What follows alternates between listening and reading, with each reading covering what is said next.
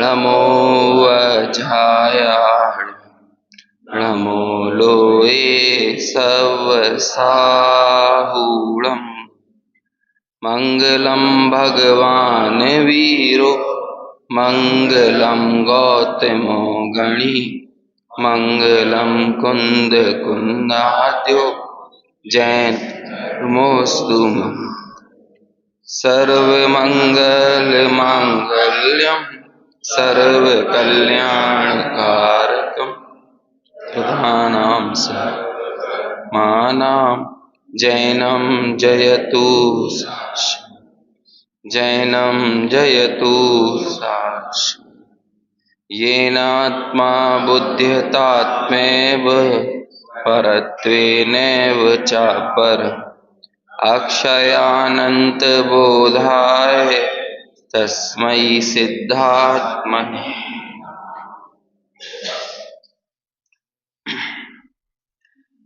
समाधि तंत्र ग्रंथ के श्लोक क्रमांक 55 पर कल अपन ने चर्चा की थी। 55वें श्लोक में आचार्य देव ने बहिरात्मा की उस भावना के बारे में बताया जिसके कारण वो इंद्रिय विषयों में कई बार इस बात को अनुभव भी करता है कि इन इंद्रिय विषयों में रमने से मेरा कुछ उपकार होता नहीं है। इसके बावजूद भी उसकी अज्ञान भावना इतनी प्रबल है कि बारंबार दुत्कारे जाने पर भी उन्हीं इंद्रिय विषयों में रमता है, उन्हीं विषयों को अपना मानता है, उसी के बारे में सोचता है और सर्व प्रकार से उन्हीं इंद्रिय विषयों की प्राप्ति करने का प्रयत्न करता है। जबकि जो अंतरात्मा है उसकी ये अज्ञान भावना का अभाव हुआ है, इसलिए उसने इस वस्तु स्थिति को स्वीकार किया है कि संयोगों से, इंद्रिय विषयों की प्राप्ति से, उपलब्धि से किसी भी तरह से मेरा उपकार नहीं है। ना तो उपकार है और ना ही कोई अपकार है, क्योंकि संयोग सुख दुख के कारण होते नहीं है। ये अपने आप में एक बहुत बड़ी भूल है और ये अंतरात्मा की भूल मिट गई है, इसलिए वो पर विषयों से अपने संबंध को सर्व प्रकार से तोड़ता है। अब यहां पर 56वें श्लोक में अपन देखते हैं कि थोड़ा बहिरात्मा के विषय में और बताते हैं कि ये क्यों होता है बहिरात्मा के साथ, है ना। हालांकि बारंबार वही एक शब्द बार बार आ रहा है कि अनादि मोह के संस्कार या अज्ञान के संस्कार, अज्ञान की प्रचुरता, यही बात आ रही है ना। और पुनः वही एक बार फिर यही बात कहते हैं कि ये क्यों होता है कि अनादि के मिथ्यात्व के संस्कार के कारण। इस ग्रंथ की टीका में जिस शब्द को जरूरत से कहना चाहिए ना, कोई एक शब्द जो होता है आचार्यों को बड़ा प्यारा होता है, तो यहां पर यदि हम देखें तो एक ऐसा शब्द है अविद्या के संस्कार, है ना। मोही जनों की वृत्ति के लिए उन्होंने कहा है अविद्या के संस्कार के कारण ऐसा होता है। तो ये प्रवचंद्राचार्य की टीका में ये शब्द अपन को बहुत देखने को मिल रहा है। अब यहाँ पे एक बार फिर देखो वही बात कहते हैं। पहले अपन संस्कृत का उत्थानी का पढ़ते हैं 109 पेज पर ऊपर। तथा अनादि मिथ्यात्व संस्कारे सत्येवं भूता बहिरात्मानो भवन्तीत्य आह, है ना, ऐसा लिखते हैं। क्या मतलब हुआ कि अनादि के मिथ्यात्व के संस्कार से या अनादि के मिथ्यात्व के संस्कारों में सत्येव, सत्य इव, है ना, फिर यहां पे लिखते सत्येवं भूता, मतलब उसे यही जो विभ्रम है वो सत्य लगता है। किसको लगता है? ये बहिरात्मा को यही सत्य लगता है। भवन्ति इति आह, जो भ्रम है वो भ्रम ही उस बहिरात्मा को सत्य लगता है। ये यहां पर अब अगले श्लोक में कहते हैं। तो 56वां श्लोक अब अपन यहां पढ़ते हैं। बहिरात्मा के उन्हीं मिथ्यात्व के संस्कारों को बताने वाला कि क्या कैसी वृत्ति उस बहिरात्मा को होती है। चिरम सुषुप्तास्तमसी मूढ़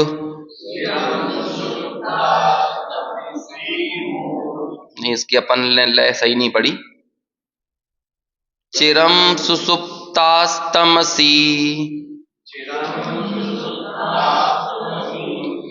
मूढ़ात्मानः कुयोनिषु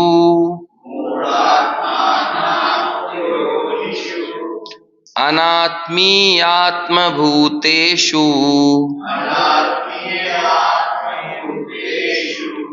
ममाहमिति जागृति। पद्यानुवाद। मोहि मुग्ध कुयोनि में है अनादि से सो, जागे तो पर को गिने आत्मा होकर मुक्त। क्या कहते हैं कि चिरम सुषुप्ता तमसी, 2 बार ऐसा लिखा, तमसी यानी अंधकार में, और अंधकार तो है ही, और अंधकार के साथ साथ और क्या हो रहा है, कोई सुसुप्ता यानी सो भी रहा है, अंधेरे में कोई सो रहा है। अब अंधेरे में सोते हुए को जो भी चीज प्रकट है वो कैसे दिख सकती है? किसी कमरे में कोई महत्वपूर्ण वस्तु हो और एक तो वहां अंधेरा हो और ऊपर से आप सो रहे हो, तो वो चीज कैसे दिख जाएगी, है ना?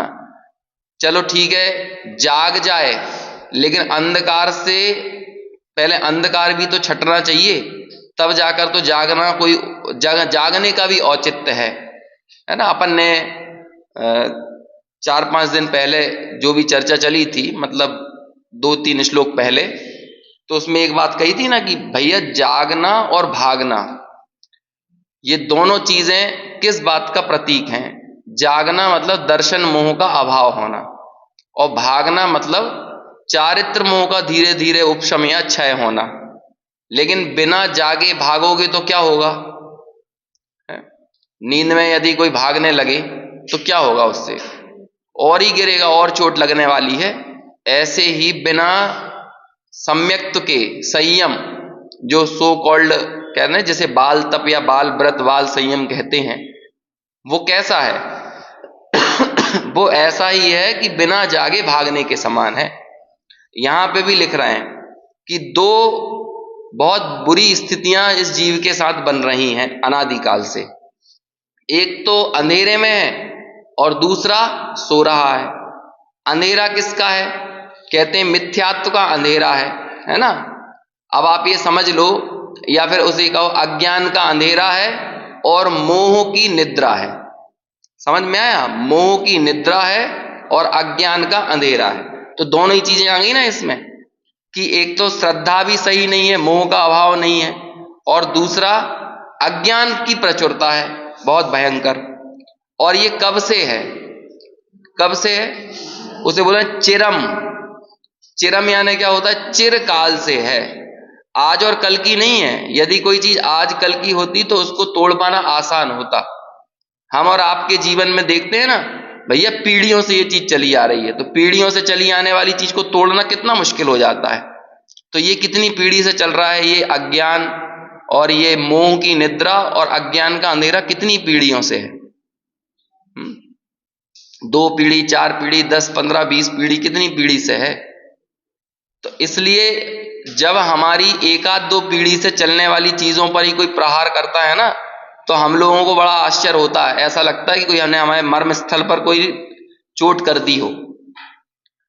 1-8 पीढ़ी से चलने वाली चीज अपन ऐसे देखते हैं। अरे किसी मंदिर में यदि पूजा करने की कोई पद्धति हो विशेष, और कोई नया आदमी आए और नए सिरे से वहां पूजा करने लगे, तो पूरे लोग पूजा छोड़ के क्या देखेंगे? उस आदमी को देखेंगे कि भैया इस मंदिर की परंपरा तो फलाने तरह की है और ये दूसरी तरह की प्रवृत्ति कर रहा है। तो ऐसा क्यों होता है? क्योंकि किसी भी चीज को, नई चीज को एक्सेप्ट करना हर किसी के लिए बड़ा मुश्किल होता है। आपने देखा होगा जो पीढ़ियों के बीच में जेंडर गैप होता है ना, जैसे कि माता पिता और बच्चों के बीच में एक उम्र के बाद में दूरियां बढ़ने लगती हैं, वैचारिक मतभेद बहुत होने लगते हैं। तो वैचारिक मतभेद क्यों हुए? क्योंकि नई पीढ़ी नई चीजों को लेकर आना चाह रही है, और पुरानी पीढ़ी जिन चीजों से बंधी हुई है उनको छोड़ना नहीं चाह रही है।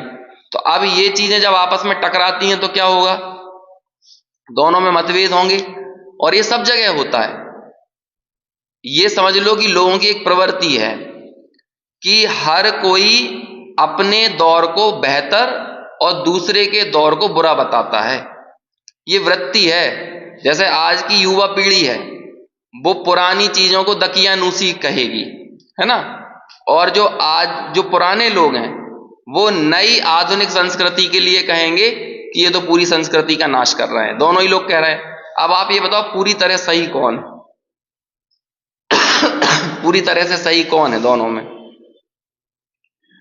दोनों ही सही हैं, लेकिन स्याद लगा दो, है ना।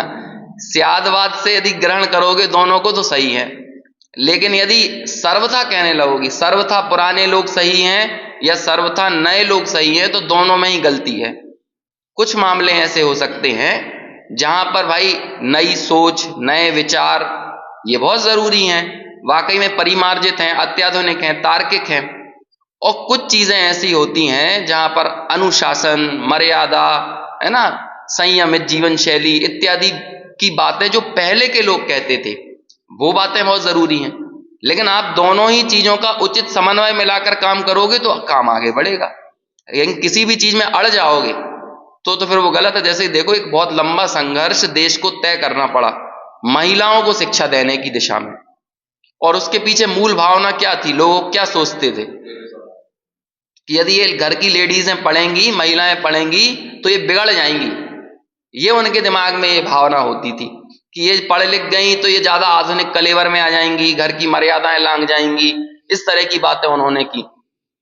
लेकिन हाँ, हो सकता है कुछ एक चंद अपवाद हो, 2-4%, लेकिन सब जगह तो आप ये लागू नहीं कर सकते ना कि महिलाओं ने पढ़ाई भी की और कुछ नए आयाम स्थापित भी किए। बहुत अच्छे से उन्होंने संस्कारों को भी जीवित रखा, घर परिवार को, संस्कृति को भी संभाल कर रखा और शिक्षा भी अर्जित की। तो फिर धीरे धीरे धीरे वो टेंडेंसी बदली। लेकिन पहले की जो एक मानसिकता थी, जो रूढ़िवादी एक धारणाएं थी, उन धारणाओं को तोड़ना कितना कठिन हो गया। तो ये कहने का अभिप्राय ये है कि कभी भी कहीं भी जो चीजें सालों से चली आ रही हों, आप उसके अगेंस्ट, धारा के विपरीत जाने की बात करोगे ना तो लोगों को दर्द होगा ही, तकलीफ होगी। इसलिए देखो, एक बात कही थी, शायद 27वें नंबर के श्लोक में आई थी यहां पर, कि वैराग्य में इस जीव को दुख की परंपरा दिखती है। जब भी हम वैराग्य को देखते हैं ना, हमें क्या दिखता है? हमें वहां दुख दिखता है। और आज आप अपने दिमाग को एक क्या कहते हैं, बहुत ही खुले मस्तिष्क से अपने मस्तिष्क के जो विचार हैं उनका मूल्यांकन करके देखो, आप पाओगे कि हमें धर्म का मतलब दुख दिखता है। यही तो दिक्कत है कि आज आप नए लोगों को जोड़ नहीं पा रहे हो धर्म से। क्यों नहीं जोड़ पा रहे? क्योंकि ऊपर वाले लोगों ने भी वही चीज लोग दिमाग में डाली कि धर्म मतलब दुख। और हमें भी यही लगता है ना कि भाई यहां आओगे तो सब छोड़ना ही छोड़ना तो सिखाएंगे, कुछ ग्रहण करना तो सिखाएंगे नहीं। यहाँ पे कि भैया यहाँ पे कहेंगे कि रात में मत खाओ, आलू प्याज मत खाओ, फलानी चीज मत खाओ, ये छोड़ दो, वो छोड़ दो, यहाँ मत जाओ, वहां मत जाओ, ऐसा मत करो, वैसा मत करो, सुबह 5 बजे से 6 बजे से उठो, सामायिक करो, पूजा करो। तो लोगों को अपने पूरे कंफर्ट जोन के ऊपर एक प्रहार होता हुआ दिखता है। तो हमें सीधे सीधे धर्म के साथ अविनाभावी संबंध रूप में क्या दिखता है कि धर्म के साथ अविनाभावी दिखना चाहिए था सुख, लेकिन हमें दिखा क्या? हमें दिखा दुख, कि धर्म मतलब दुख। अब आप ये सोचो कि आप एक 20, 22, 24 साल के लड़के को एक ऐसी परंपरा का साक्षात्कार कैसे करा सकते हो जो पहले ही उसको दुख का अविनाभावी मान रखा है, और उसने ये चीज कहीं और नहीं देखी है, उसने आप में ही देखी है। क्योंकि धर्म में से जुड़कर आप ही दुखी होते हुए दिखे हो, है ना। एक शब्द चलता है छद्म भौतिकवादी, चीप मटेरियलिस्टिक, है ना, ऐसा एक शब्द है। ये कौन होते हैं छद्म भौतिकवादी? जो बातें तो धर्म की करते हैं, है ना, धर्म की क्रियाएं भी करते हैं, लेकिन उनकी बुद्धि और उन्हें सुख पैसों में, भोगों में, इंद्रिय विषयों में ही दिखता है। यदि दो चीजों में कहीं चुनने का अवसर मिलेगा ना, बिल्कुल जीवन मरण का प्रश्न आ जाए कि एक तरफ कोई को कहा जाए कि तुम्हारे लिए 1 घंटे का स्वाध्याय मिल रहा है और दूसरी तरफ उसे कहा जाए कि 1 घंटे दोस्तों के साथ मौज मस्ती गुलछर्रे उड़ाने मिल रहा है, बोलो सबसे पहले कौन सी चीज की कटौती होगी? कौन सी चीज की कटौती करेंगे? हमने जो चीज यहां पर चुनी है ना, इससे हमारा पूरी की पूरी मानसिकता दिख जाती है। जबकि धर्म यदि आपकी प्राथमिकता का विषय है तो फिर तो दुनिया की सारी चीजें, क्या कहें, दुनिया का सारा वैभव एक तरफ आ जाए और दूसरी तरफ से जो कहते थे ना कि चक्रवर्ती की 6 खंडों की संपदा और मनुष्य भाव का एक समय की जो मूल्य है, कीमत है, तो कहते हैं वो मनुष्य पर्याय के एक समय का मूल्य चक्रवर्ती की 6 खंड की संपदा से ज्यादा है। तो वो क्यों कहा है? उसके पीछे कारण क्या है? क्योंकि मनुष्य भाव के एक समय में इतनी सामर्थ्य है कि वो 3 कसाय चौकड़ी के अभाव वाला आनंद भोग सकती है, लेकिन वो देव नहीं भोग सकते। वो आनंद चक्रवर्ती पद पर नहीं भोग सकता है, 6 खंडों की संपदा के बीच में नहीं भोग सकता है। चूंकि वो नहीं भोग सकता है, इसलिए उसे कहा कि वो एक तरफ है और ये पूरा एक समय की जो आनंद की कणिका है वो एक तरफ है। तो हमें मुनिराजों में आनंद पहले दिखता है कि दुख पहले दिखता है? दुख क्या दिखा हमें? दुखी पहले दिखा ना वहां पर। तो ये क्यों दिख रहा है दुख? क्योंकि हमारा कंफर्ट जोन कहां पर टिका हुआ है? हमने आनंद किस में माना है? सबसे आसान क्या काम है? सबसे आसान ये है कि हम जैसे अनादिकाल से जीते चले आ रहे हैं वैसे ही जीते चले जाएं। धारा के विपरीत आप थोड़ा भी मुड़ने की कोशिश करोगे तो आप अपने परिवार से भी हाथ धो बैठोगे, रिश्तेदारों से हाथ धो बैठोगे, दोस्तों से हाथ धो बैठोगे, है ना? हम में से कई लोगों ने धो भी दिए होंगे। होता है कि नहीं? क्यों? क्योंकि वो लोग आपसे यही अपेक्षा करते हैं कि भाई आप उनके साथ गैदरिंग में मिलो तो वैसी बातें करो, और आप हालांकि अपनी बात कुछ बोलोगे नहीं, लेकिन उनकी बातों में मजा नहीं लोगे ना, बस इससे ही वो आपसे कटने लगेंगे। जबकि आप उनसे बोल नहीं रहे कि तुम मत करो ये सब, ठीक है, तुम्हें जो करना है करते रहो, लेकिन बस आप इतना ही कर देते हो कि आप उनके साथ मजा लेना बंद कर देते हो। तो वो सामने वाला सोचता है देखो कि सब तो मजे ले रहे हैं, अरे दूर क्या कहते हैं, प्रत्यक्ष तो छोड़ दो, आप परिवार के व्हाट्सएप ग्रुप पे ही प्रतिक्रियाएं देना बंद कर दो, है ना? तो परिवार वाले ही लोग आपको बाइकआउट करने लगेंगे। ये देखो सब लोग तो कितना जश्न मना रहे हैं फलानी छोटी सी उपलब्धि में, इनके जन्मदिन में, इनकी एनिवर्सरी में, है ना? इधर उधर की झूठी सूटी बातें लिख रहे हैं। अब वो झूठी बातें आप कैसे लिख पाओगे? मान के चलो किसी ने लिख दिया है कि आदिनाथ भगवान की कृपा से तुम लोगों की जोड़ी अगले 7 जन्मों तक बनी रहे, है? हमारे यहाँ वो चलता है, तारण समाज में बोलते हैं ऐसा कि गुरु महाराज की कृपा से तुम्हारे 7 जन्मों का बंधन ऐसे ही बंधा रहा है। अब बताओ, गुरु महाराज की कृपा से या आदिनाथ भगवान की कृपा से बंधन बना रहेगा कि बंधन टूटेगा?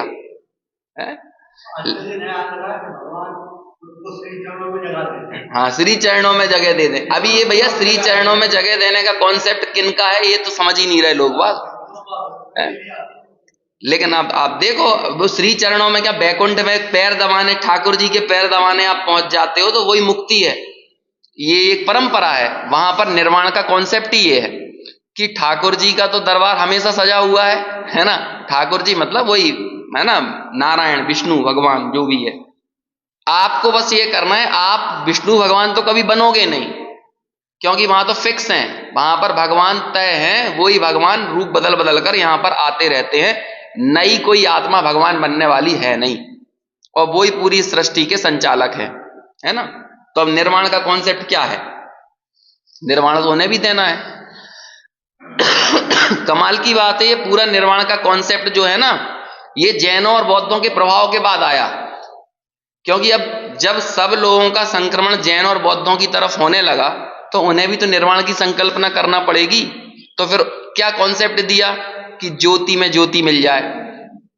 तो ज्योति में ज्योति मिलना मतलब क्या हुआ कि आप एक आत्मा जो है उसी ब्रह्मा की ज्योति हो, और जब आप 4 गति 84 लाख योनियों से छूट जाओगे तो ये जो ज्योति है ये वापस कहां मिल जाएगी? उसी परम ब्रह्म में लीन हो जाएगी। तो ये इससे आपका निर्वाण हो गया। तो एक ये कॉन्सेप्ट दिया। या फिर ठाकुर जी का दरबार सजा हुआ है, आप वहां जाकर उनके पैर दबाओ, तो ये कॉन्सेप्ट हो गया। तो ये हो गई श्री चरणों में जगह। श्री कौन है? श्री, श्री वो ही है, श्रीपति ही श्री है ना। श्री मतलब लक्ष्मी, और लक्ष्मीपति मतलब वही ठाकुर है ना, ठाकुर साहब। ठाकुर साहब किसको बोलते हैं? वही विष्णु भगवान के लिए ये प्रयोग किया जाता है। और आप बैकुंठ में जाकर उनकी सेवा करने लगोगे तो ये श्री चरणों में जगह है। ठीक है। अब अपने यहां भैया आदिनाथ भगवान के श्री चरणों में जगह कैसे मिलेगी? अब उनके चरण ही नहीं है ना, तो चरण वरण तो सब यहीं छोड़ के गए हैं, तो उनके चरण दबाओगे कहां? कैसे दबा सकते हो? तो पहले हमें खुद ये चीजें सोचना चाहिए। लोग बाग क्या है, अपने यहां बहुत बड़े बड़े पदों पर बैठ गए, जैन धर्म के प्रवक्ता भी बन गए, है ना, लेकिन इसके बाद भी जैन धर्म के मूल कॉन्सेप्ट नहीं पता, आपको मालूम ही नहीं है। एक ऐसी कथा आती है, मुझे वो कथा का स्मरण नहीं आ रहा किसके प्रसंग में आती है, मतलब इंद्र आदि ने ये निवेदन किया कि प्रभु इस व्यक्ति की उम्र बढ़ा दो, आप ये जो मर रहा है ना इसकी उम्र आप बढ़ा दो, नहीं तो पूरे जैन शासन पर कलंक लग जाएगा, है ना। ऐसी एक पूरी कथा है, पूरा मुझे एग्जैक्ट प्रकरण पूरा याद नहीं आ रहा। तो ऐसा निवेदन आया, मतलब भगवान के दरबार में बैठ के, भगवान तो कुछ बोलने वाले हैं नहीं, और अल्टीमेटली हुआ भी ये कि उसकी एक समय भी उम्र नहीं बढ़ी। नहीं बढ़ी तो नहीं बढ़ी, बस क्या कर सकते हैं। तो भैया क्यों नहीं बढ़ी? तो कहते हैं भैया हमारा जो भगवान की वाणी जो निकली, जो होना चाहिए, क्या थी वो?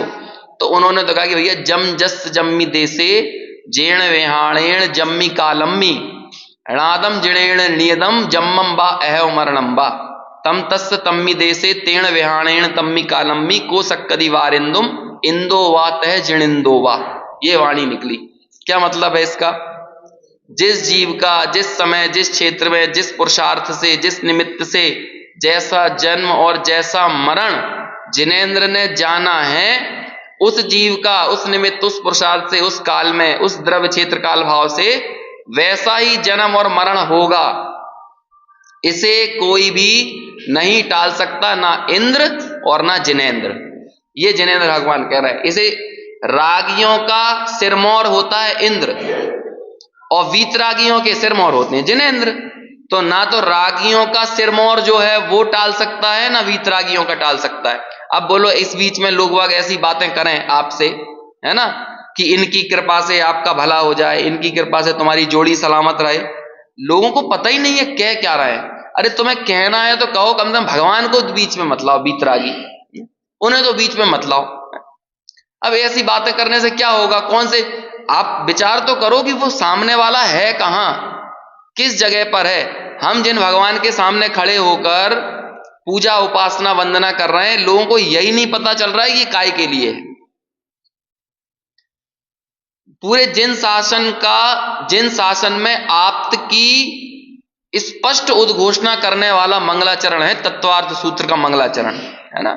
और वो मंगलाचरण इतना महान है कि उस पर आप्त मीमांसा लिख दी 100 श्लोकों की, उस पर 800 श्लोकों की अष्टशती लिख दी, और उस एक श्लोक पर 8000 श्लोकों की अष्टसहस्त्री लिख दी। आप सोच रहे हो एक मंगलाचरण पर। और विद्यानंदी स्वामी ने उस मंगलाचरण के लिए कहा तीर्थोपमान। क्या कहा? तीर्थोपमान। तीर्थोपमान मतलब क्या होता है? एक बार आप मोक्ष मार्ग से नेतारम पढ़ते हो तो एक बार सम्मेद शिखर की यात्रा करके आ गए ये मतलब होता है तीर्थोपमान का। एक बार आपने पढ़ लिया ना, ये उन्होंने विद्यानंद स्वामी ने ऐसा कहा, क्योंकि आप इसमें आप क्या चीज, इसमें आप भगवान के लक्षण तो समझ ही रहे हो, लेकिन हम भगवान को याद क्यों कर रहे हैं ये भी समझ रहे हो। अब उसमें क्या लिखा, उस मंगलाचरण में क्या लिखा कि मैं प्रभु आपको याद कर रहा हूं तो किस लिए? तद गुण लब्धये। किस लिए याद कर रहा हूं? तद गुण। और वो तद गुण कौन से हैं? कौन से हैं तद गुण? आप्त के वीतरागी, सर्वज्ञ और हितोपदेशी। मोक्ष मार्ग से नेतारम, ये हितोपदेशी गुण है ना। मोक्ष मार्ग से नेतारम ज्ञाता भेत्तारम कर्म भूव्रताम। तो ये भेत्तारम कर्म भूव्रताम मतलब वीतरागी, और ज्ञातारम विश्व तत्वानाम, ये हो गया उनकी सर्वज्ञता। तो हो गई ना हितोपदेशी, वीतरागता और सर्वज्ञता, है ना। थोड़ा सा क्रम भंग है। क्रम भंग इसीलिए है क्योंकि जब हम आप्त को याद करते हैं किसी ग्रंथ की शुरुआत में तो उनके हितोपदेश के कारण करते हैं, है ना। क्योंकि हम आगे जो भी कथन करने वाले हैं उन्हीं आप्त के उपदेश के बल पर करेंगे, इसलिए सबसे पहले वो हितोपदेशी पने को भी महत्व दिया जाता है, अरहंत को महत्व दिया जाता है। लेकिन प्रभु हमने आपको याद किया तो किस लिए किया है? कि आप हमारी शादी को टिकाए रखोगे, बाल बच्चों को बनाए रखोगे, इसलिए नहीं। तद गुण लब्धये। अब बस इतनी सी बात लोगों को समझ में नहीं आ रही है कि हमारे यहाँ ये जो सैकड़ों हजारों मंदिर बन रहे हैं, या हम तीर्थ यात्राओं पर जा रहे हैं, या जो कुछ भी कर रहे हैं धर्म के नाम पर, वो सिर्फ और सिर्फ इसलिए हो रहा है तद गुण लब्धये। अब बोलो तद गुण कैसे प्राप्त होंगे, कैसे मिलेंगे वो तद गुण? उन भगवान से आप कहोगे कि प्रभु हम आपके सामने हाथ जोड़े खड़े हुए हैं, हमें वो गुण दे दो, तो वो भगवान ही खुद कह देंगे कि नहीं, ऐसे तो तुम्हें कभी नहीं मिलेंगे। क्योंकि मैं तो जहां तहां तो देखता ही नहीं हूं। जो मेरे सामने हाथ जोड़ के खड़े हैं ना, मैं उनको भी नहीं देखता हूं, इधर उधर तो देखना ही नहीं है। लेकिन जो हमारे सामने हाथ जोड़कर खड़े हैं हम उन्हें भी नहीं देखते। तो फिर कहां देखते हो? कहले मैं तो अपने में देखता हूं। और यही वास्तव में एक योग्य व्यक्ति का लक्षण होता है। देखो ऐसा कहते हैं, जो भगवान को देखे वो भक्त, जो अपने को देखे वो भगवान, और जो जहां तहां देखे वो भिखारी। ये एकदम सटीक परिभाषा है। अब आप देखो, ट्रेन से आप कोई उतर रहा हो तो भिखारियों की नजर सबसे पहले कहां होती है? उन्हें वो इतने में कैलकुलेट कर लेंगे कि इस आदमी से हमें कुछ मिल पाएगा कि नहीं, है ना। वो इतने में कैलकुलेट, आपको देख के, आपकी चाल डाल देख के, आपके चेहरे की भावभंगिमाएं पढ़ के उन्हें पता चल जाएगा कि हमें कुछ मिलेगा कि नहीं, है ना, इन सेठ जी से कुछ मिलेगा कि नहीं। तो वो पूरा का पूरा देखेगा, इधर उधर देखेगा, आपके हाथ में क्या है, आपके साथ कौन है, सब चीजें देखेगा। तो ये कौन होता है? जहां तहां नजर होती है। अब अपन भी देखो, भगवान के पास जाकर भगवान की वीतरागता को ना देखें तो हम तो भक्त भी नहीं है। और भगवान को देखने का सच्चा मतलब क्या है कि भगवान जहां देख रहे हैं वहां देखो। क्योंकि जैन धर्म जो है वो भक्त बनाने के लिए नहीं है, वो काय के लिए है? भगवान बनाने के लिए। ये उसका मूल ध्येय है। तो वो भक्त भी नहीं बनाना चाह रहा, भगवान बनाना चाह रहा है। लेकिन दुर्भाग्य की बात कहो कि हम भक्त ही नहीं बन पा रहे हैं, क्योंकि हम वीतरागता को भी ना देखकर, भगवान को भी ना देखकर कहां देख रहे हैं? जहां तहां। और जहां तहां देखने का मतलब क्या है? कि भगवान के निमित्त से हमारी दुकान चल जाए, ये जहां तहां देखना है। भगवान के निमित्त से हमारा रोग दूर हो जाए, ये जहां तहां देखना है। तो ये रोग दूर करना, दुकान चलाना, परिवार में सुख साता बनाए रखना, ये क्या है? ये किसका लक्षण है? भक्त का लक्षण है कि भगवान का लक्षण है? ना भक्त का लक्षण है और ना भगवान का लक्षण है। जो जहां तहां देखे वो कौन है? वो भिखारी है। समझ में आया? थोड़ी दिक्कत हो रही है आज, है ना। आपको भी समझने में दिक्कत हो रही होगी, फ्लो नहीं बन पाता ना। देखो, तीन लोग जो है ना, वो ईर्ष्या करने वाले नहीं होते हैं, दया करने वाले होते हैं। भोगी, रोगी और भिखारी, ये तीनों आदमियों पर से ईर्ष्या करने की जरूरत नहीं है। ये तीनों ही दया के पात्र हैं। भिखारी तो दया का पात्र है ही, रोगी तो दया का पात्र है ही, भोगी भी दया का पात्र है। लेकिन लोक में अपनी ऐसी वृत्ति बनी है कि हम भोगियों को देख के तो ईर्ष्या करते हैं और रोगियों को देख के दया करते हैं। और रोगियों को देख के दया इसलिए करते हैं कि इन रोगियों के पास भी भोग आ जाए, इन भिखारियों के पास भी भोग आ जाए। लेकिन ये तीनों ही दया के पात्र हैं। और जो अपने आत्म गौरव को प्राप्त किए हुए हैं, मतलब अपने स्वभाव को जानकर ऊपर उठे हैं, अंतरात्म दशा में जो ऊपर की तरफ वृद्धिंगत हुए हैं, उन्हें इन तीनों पर ही दया आती है। तीनों के लिए उनका एक समान उद्देश्य उपदेश है। अच्छा बोलो, भगवान के पास यदि रोगी पहुंचे तो भगवान उसे क्या कहेंगे? तू अपने रोगों को मत देख, तू रोग से भिन्न अपने भगवान आत्मा को देख। और भगवान के पास यदि भोगी पहुंचे तो भगवान क्या उपदेश देंगे कि तू अपने भोग को मत देख, इन भोग संयोग से भिन्न अपने स्वभाव को देख। दोनों के लिए उनका एक उपदेश है कि नहीं, और उन्हें दोनों की दशा देखकर, अब दुख तो खैर नहीं होता, लेकिन मान के चलो तीन कषाय चौकड़ी के अभाव वाले मुनिराज हैं, तो संजुलन कषाय संबंधी जो थोड़ा सा खेद बरत रहा है वो किस बात के लिए होगा कि देखो ये परम आनंद स्वभावी होने पर भी आनंद भोगों में ले रहा है, जबकि इसे आनंद के लिए किसी भोग की जरूरत नहीं है, लेकिन ये आनंद मान किससे रहा है, अपने भोगों से ही आनंद मान रहा है। तो अब बोलो उस पर क्या करेंगे, वो तो दया के ही पात्र हो गए ना उनके लिए। तो ये तीनों ही लोग क्या हैं, दया के पात्र हैं। और नियम सार में इसको बताने वाला कि स्पष्ट कलश लिखा, सुकृताम अपि समस्तम भोगी नाम भोग मूला, ऐसा एक श्लोक लिखा, 42वीं गाथा के आसपास का श्लोक है ये। क्या समस्त सुकृत, सारा का सारा पुण्य भोगियों के भोग का मूल है। और वो ऐसा कहकर उस सारे पुण्य को क्या कहना चाहिए, साइड हटाने का प्रयास कर रहे हैं आचार्य कि ये पुण्य की आसक्ति मोक्ष मार्ग में कितनी बड़ी बाधा है, ये समझ नहीं रहे हो। अच्छा देखो कमाल की बात है, हम यहां पर लोगों को बुलाएं और उनका सम्मान करें, तो यदि हम उनको बोलेंगे ये बड़े पुण्यात्मा हैं, ये बहुत धार्मिक क्रियाओं में संलग्न रहते हैं, है ना, ये पूजा करते, पाठ करते, भक्ति करते, व्रत करते, उपवास करते, तो उसे सुनने में कितना अच्छा लगेगा, मतलब पुण्यात्मा सुनने में कितना अच्छा लगेगा। और उसे यहां बुला के बोले ये बहुत बड़े भोगी हैं, है ना, तो वो लोग कैसा लगेगा। भोग भोगना सब चाहते हैं, लेकिन भोगी की उपाधि नहीं चाहता है कोई व्यक्ति। तो जिसकी उपाधि आपको वाकई में पसंद नहीं है वो चीज अच्छी कैसे हो सकती है, और जब वो अच्छी नहीं है तो उसका कारण अच्छा कैसे हो सकता है, समझ में आ रहा है। और यदि ये चीज अच्छी लग रही है तो ये क्यों अच्छी लग रही है, उसका उत्तर है चिरम सुसुप्तास तमसी, क्योंकि ये चिरकाल से अंधेरे में सो रहा है। अब अंधेरे में सोने वाले आदमी का कंफर्ट जोन यही भोग संयोग बने हुए हैं। तो अब भगवान के पास भी यदि जाएगा तो क्या मांगेगा, भाई भोग मांगेगा। अब देखो उन्होंने तो सिर्फ एक लाइन लिखी, समस्त सुकृत भोगियों के भोग का मूल है।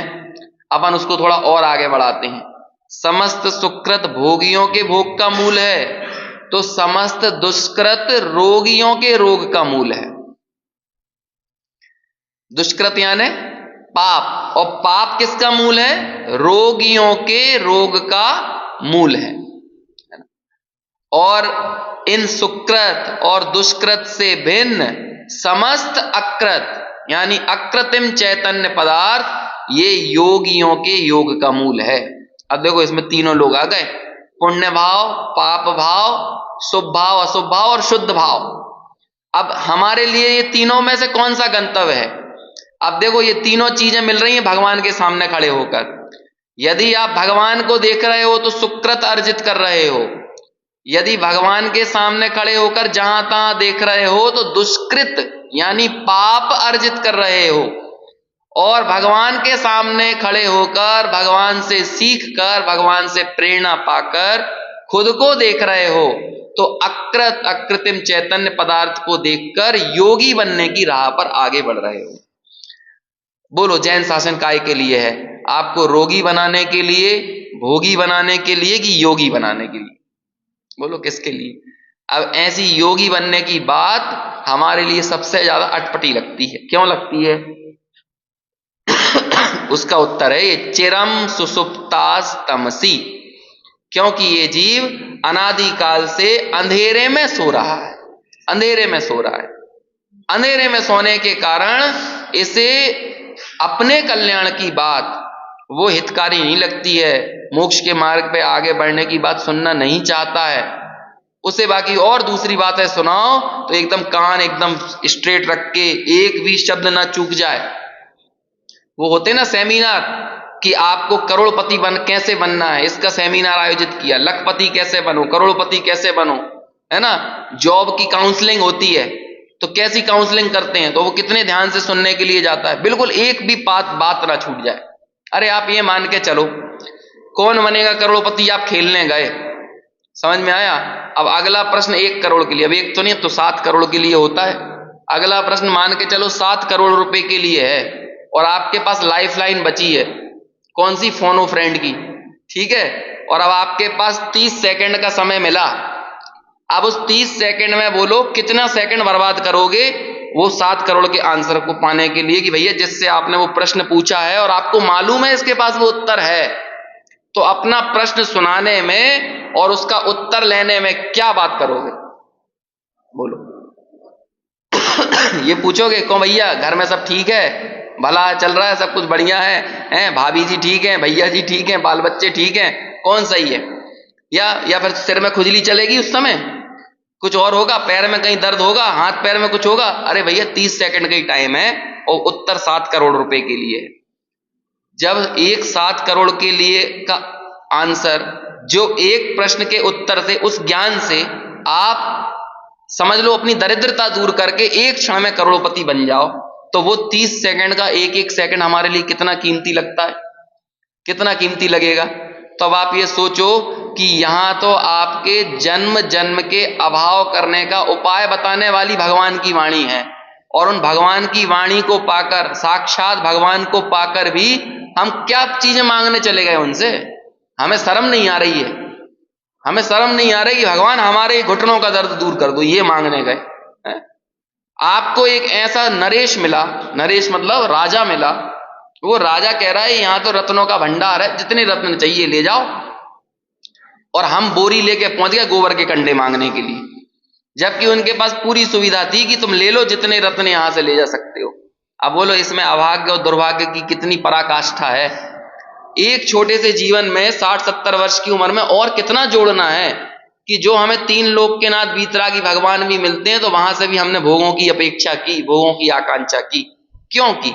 और ये बातें करने वाले, ये चर्चा करने वाले, इससे संबंधित चिंतन करने वाले लोग हमें अच्छे लगते हैं, ये हमारा कंफर्ट जोन है। उनके बीच में बैठ के यही बातें करोगे आप, तो आपकी मित्रता प्रगाढ़ होगी, होगी कि नहीं? फलानी धारा कर लो, ये धारा कर लो, ये अभिषेक कर लो, ये पूजा कर लो, और इससे क्या आप अर्जित करोगे? बस यही अर्जित करोगे, हैं? भोपाल की में अभिषेक हो या तिजारा में अभिषेक हो, और वहां पता चल रहा है तिजारा के अभिषेक से घुटनों का दर्द दिल्ली में दूर हो रहा है। समझ में आया? गजब का कनेक्शन है, ऐसे तो कहे ना, वाईफाई में इतनी ताकत है ना किसी और में ताकत है। ये सब स्थितियां हैं। अब ये सब चीजें देखकर आप बोलो धर्म की क्या प्रभावना करोगे, कैसी प्रभावना होगी? अब इसका उत्तर बोलो, क्या उत्तर है कि भगवान के पास आकर भी हम भोगों के पीछे ही दीवाने क्यों बने हैं? उसका उत्तर है चिरम सुसुप्तास तमसी, क्योंकि ये अनादि काल से अंधेरे में सो रहा है। इस अंधेरे में सोने के कारण क्या होता है? मूढ़ आत्मनः कुयोनिषु, और वो अंधकार क्या है कि कुयोनियों में, और कुयोनियों में सब आ गई, 4 गति 84 लाख योनियां सब आ गई। कई बार हम लोग ऐसी बातें कहते हैं, भैया ज्यादा पाप मत करो, ज्यादा अभक्ष भक्षण मत करो, ये मत करो, वो मत करो। क्यों नहीं करो? नहीं तो गति बिगड़ जाएगी। अभी गति बिगड़ने का मतलब हमारे लिए क्या है? नरक चले जाना, निगोद चले जाना तो गति बिगड़ना है। अच्छा, और मिथ्यात्व सहित स्वर्ग चले गए तो तब नहीं लग रहा कि ये भी गति बिगड़ी है? अरे सम्यक तो हो तो सुगति है, और मिथ्यात्व की पुष्टि करता हुआ किसी भी गति में चला जाए, बोलो कौन सी गति सुधरी? सभी कुयोनियां हैं। अनात्मीयात्म भूतेषु, और ऐसा करके ये जीव क्या करता है? अनात्मीय, जो जिसमें आत्मा पने की सत्ता है नहीं, मकान में, दुकान में, घर में, गृहस्थी में, पति पत्नी, बच्चे, परिवार, संबंध, कुटुंब, शत्रु, मित्र, सब ये सब क्या है? आत्मा के लिए तो ये अनात्मा ही है ना। तो इन सर्व अनात्माओं में ये क्या करता है? आत्मभूतेषु, इन अनात्माओं को आत्मा मानकर क्या करता है? मम अहम, ममकार करता है, अहंकार करता है। दोनों चीजें, अहम करोति इति अहंकारा, मैं हूं करना ये होता है अहंकार, और मेरे हैं करना ये होता है ममकार। तो यहां दोनों चीजें दी, मम अहम इति, ये मेरे हैं, ये मैं हूं, ये मेरे हैं, ये मैं हूं। अरे हमारी पत्नी मतलब हम ही है, हमारे पति मतलब हम ही है, ये मकान मतलब हम ही है, हमारा नाम लिखा हुआ है ना इस पे मतलब हम ही है। लोग बोलते हैं ना भैया पर्ची पे मेरा नाम पहुंचा देना, अरे वो पर्ची नहीं है, वो साक्षात हम है, लोग ऐसा कहते हैं ना। तो ये पूरी दुनिया में इसको ऐसा लगता है मैं हूं, ऐसा करता है। पहले क्या होता था, बचपन में क्रिकेट वगैरह देखते थे ना, तो जैसे एक सोफा पकड़ के बैठ गए, ठीक है ना, तो अभी सोफे पे बैठे बैठे क्रिकेट देख रहा है, थोड़ा सोफा से उठ के यदि पानी पीने चले गए तो कहला देखो तू सोफा से उठ गया ना इसलिए विकेट गिरा। ऐसा लगता। अब वो दुनिया के किसी कोने में क्रिकेट चल रहा हो, मतलब सोच रहे हो अब ये मिथ्या बुद्धि कितनी प्रगाढ़ रहती है, सब जगह इसको यही लगता है। उतने दूर कोई, मान के लो हजारों किलोमीटर दूर कोई लॉर्ड्स में क्रिकेट मैच चल रहा हो और ये यहां सोफे पे से उठ के विकेट गिरा देता है ना, गेंदबाज बॉलिंग करके विकेट नहीं गिरा पाते, तो ये क्यों हुआ? ये ममकार और अहंकार की मान्यता ऐसी ही है। इसलिए कहते हैं मान करन को कौन ठिकाना। जब आप अनात्मा को आत्मा मानोगे तो उसमें ये मम और अहम की मान्यता बनी रहती है। इति जागृति, और ये जागृति यानी यहां पर वो जागृति जागने के अर्थ में नहीं है, बल्कि ऐसी मान्यता रखता है, ऐसा अध्यवसान रखता है, ऐसी विपरीत सोच रखता है। कौन सी विपरीत सोच रखता है? कि ये सारे अनात्मा मेरे ही हैं, और ये अनात्मा मेरे हैं ऐसा क्यों लगता है? तो उसका उत्तर पहली लाइन में, चिरम सुसुप्ताम तमसी, अनादि काल से अंधकार में यानी अज्ञान के अंधकार में और मोह की निद्रा में सोने के कारण इस मूढ़ आत्मा ने निरंतर कुयोनियों में ही एकत्व किया निज बुद्धि की, जिस कारण उस योनि में प्राप्त होने वाले संयोगों में अहंकार करता है और ममकार करता है। ऐसे अध्यवसान के कारण ये निरंतर दुखी होता है। और विशेष अपनी टीका के आधार से चर्चा आगे कल करें।